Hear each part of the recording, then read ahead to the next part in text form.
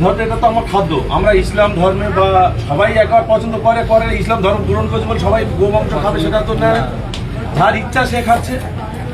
আমি আপনাদের মাধ্যমে মানে এই মিডিয়ার মাধ্যমে আমি অনুরোধ করব যাতে করে এটা কাঁচের পর্দা দিয়ে যদি আমি বিক্রি করি তাতে করে এটা ধুলোবালিও যাচ্ছে, সেটা সে খাচ্ছে তো এটা ডিস্টার্ব হতে পারে, এটা ইনফেকশন হতে পারে।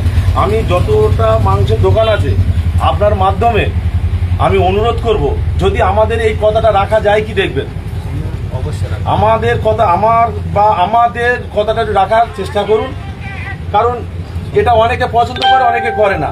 আর এই ধুলোবালি রাস্তা থেকে গাড়ি ঘোড়া যাচ্ছে ধুলোবালিতে পড়ছে, এইটুকু বিষয়টা আপনার জানানোর জন্য আমি এখানে নামলাম। আপনি চেষ্টা করবেন যদি পালন করা যায় সেটা আপনার ব্যক্তিগতভাবে, আমি আপনার জোর জুলুম করছি না।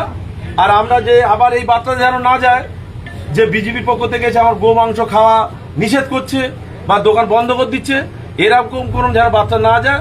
আমি আপনার শুধু কাজ দেওয়ার জন্য আপনার কাছে হাত জোড় করে অনুরোধ করছি। চলো চলো চলো।